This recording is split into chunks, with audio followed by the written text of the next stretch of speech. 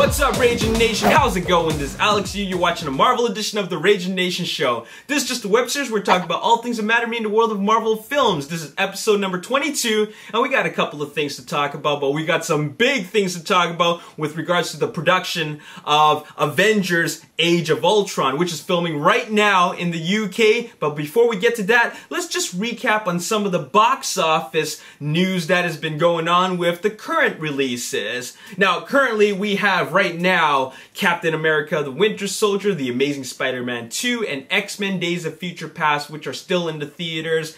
And, well, some really interesting things are going on with regards to the box office. Well, first, let's just take a look at Captain America the Winter Soldier. It currently has a $256 million domestic box office take with a $710 million worldwide box office take, and it's been in release for 10 weeks. And I would say that it's ready to cap off. No pun intended. It's ready to cap off at around $710, $715 million, and then it'll officially be the highest grossing film of 2014 until it gets dethroned by Transformers Age of Extinction. But let's take a look at this, The Amazing Spider-Man 2, which is into its 6th week of release, and it currently has $197 million domestically and almost $700 million worldwide.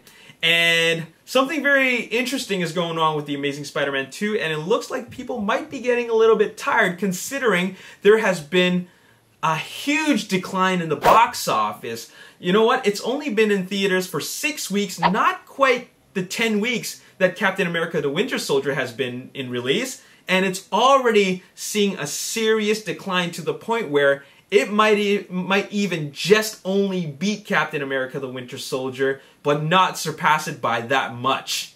Alright? So maybe, I don't know, fans might be getting a little bit tired of, you know, our web-slinging superhero. Maybe a 2-year gap just is not enough. And who knows, maybe they need to delay the next one before the fans get too tired of him. Maybe they need a little bit of a delay before they continue on with another sequel. That way fans will feel like, okay, we're ready for another one. But we'll go into talking about that a little bit more further on in the video. Let's take a look at X-Men Days of Future Past. Now, X-Men Days of Future Past has only been in theaters for 3 weeks. Domestically, it has taken in $196 million. It is only $1 million away from what Spider-Man has taken domestically in 6 weeks. So basically, what X-Men Days of Future Past did in 3 weeks, Spider-Man did the same in 6 weeks. So you can kind of see that decline domestically. Now, worldwide, it has $624 million. It's only been in its 3rd week of release. Therefore, it still has a lot of box office business to do. So it is possible that X-Men Days of Future Past might be taking over the next spot. I mean, the spot that The Amazing Spider-Man 2 has. It's possible, considering there's still a lot of box office money to do, which I'm really curious about, because does that really mean that the X-Men franchise is really back on track? I mean, is it to the point where, I mean, I'm sure that it is because I love the movie, but box office-wise, definitely can take over The Amazing Spider-Man 2 domestically, but it can possibly take over The Amazing Spider-Man 2's box office take worldwide. Alright, so, well, currently as it stands, X-Men Days of Future Past is the highest grossing X-Men film in the franchise, with The Amazing Spider-Man 2 being the most lowest grossing film in its franchise. We're talking about all 5 films, the 2 from Mark Webb and the 3 from Sam Raimi. So, what is up with that? Maybe people are really tired of, you know, the web-slinging hero. You never know. But with regards to that reaction from the fans, it looks like Sony Studios could be reacting, because the next little bit of news that I have for you guys is that it's something that I heard from the rumor mill, and that is Sony could possibly be delaying the release of The Amazing Spider-Man 3. If you don't already know, The Amazing Spider-Man 2, or rather The Amazing Spider-Man 3 was supposed to be released in 2016. That's 2 years from now. And then The Amazing Spider-Man 4 was supposed to be released 2 years after that, in 2018. And then, of course, there's the Spider-Man spin-offs like Venom and the Sinister Six movie. But Sony Studios might be reworking their business plan. And it's possible that they might do what Transformers Age of Extinction did, and that is have a 3-year gap between the films. Between Dark of the Moon and Age of Extinction, there's 3 years instead of the regular 2 years between the first 3 films. So I think that Sony Studios thinks that that strategy might work better than 2 years. Have a 3-year gap, make the fans wait, and then release it after 3 years, and then the fans will have a more positive response. Who knows, but I'm sure that announcement will be made officially at San Diego Comic-Con coming soon. So right now it's just a rumor, but it doesn't sound that far-fetched. Alright, now moving on, let's talk about the Marvel Cinematic Universe. Specifically what's been going on with the filming with the Avengers Age of Ultron. And right now they're filming at a university. Let's find out which university that would be. That would be, where is it? Okay, right here. That would be University of East Anglia. It's the University of East Anglia campus in Norwich, United Kingdom. And it appears that they're using the campus as a training facility for some new Avengers. Based on these photos that I see from comicbookmovie.com, I'm going to leave you the link in the description box below for you to check out those photos. But there's all these photos from Instagram posted from I guess people that maybe students there, who knows? But they've been posting photos on Instagram about the production of Avengers Age of Ultron, and they've seen Robert Downey Jr., his stunt double, Chris Evans, Chris Hemsworth, Aaron Taylor-Johnson, Elizabeth Olsen, Samuel Jackson, B.J. Britt, who is the actor who plays Agent Triplet in the Agents of S.H.I.E.L.D. TV series, and also, and get this, Anthony Mackie.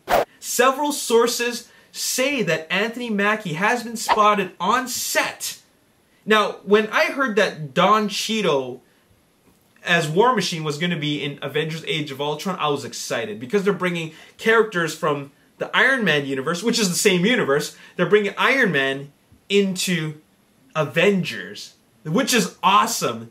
And to know that they're bringing another supporting cast, superhero cast, from Captain America into Age of Ultron, that's freaking awesome. First of all, I think War Machine's awesome. Second of all, I think that Falcon is also awesome, and I want to see more of him.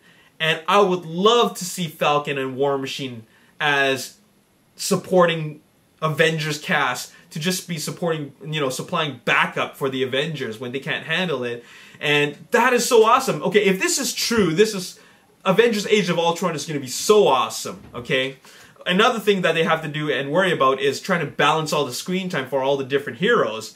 Well, Joss Whedon is an excellent director who pays a lot of attention to detail, so I know that he's going to find a way to make it work, especially the way he made it to work in the first one. So I am super excited about that. Hey, you never know, but looks like Falcon could be in the Avengers Age of Ultron. This is what sources say, but it's not entirely confirmed, okay? So, but, you know, it could be true, okay? And if it is true, I am a very, very happy fanboy. Alright, now let's really get to the bottom of things, of what's going on here. They're putting a lot of characters on top of the main cast of Avengers. You know, Thor, Hulk, Thor and Hulk and Iron Man and Captain America. Those are the main 4 guys, but it looks like they're putting more on top of that. And on top of that, they're filming at an Avengers training facility, which suggests that they're getting ready for a new generation of Avengers. I mean, these guys only have a contract for 3 of their own solo character films and 3 Avengers films, and then their contract is done with Marvel, you know, Marvel Studios. So therefore, they need to set it up for the next one by adding some new cast members and generating new contracts. All right. And that's it. That's all I gotta say in this video. This is some big news. I mean, if Anthony Mackie is really in the Avengers Age of Ultron, man, that's gonna be awesome. Alright? That's all I gotta say in this video. Stay tuned for episode 23. We're gonna have more Marvel news for you guys, alright? So, once again, I appreciate everybody who's been following me. And as always, if you enjoyed this video, hit the like button, subscribe to the YouTube channel, like me on Facebook, The Ragin Nation. Also follow me on Twitter, @RaginNation. My name is Alex Yu. Thanks for watching. I'll see you next time. Peace. Isn't Batman vs. Superman Dawn of Justice supposedly Man of Steel 2? Apparently not.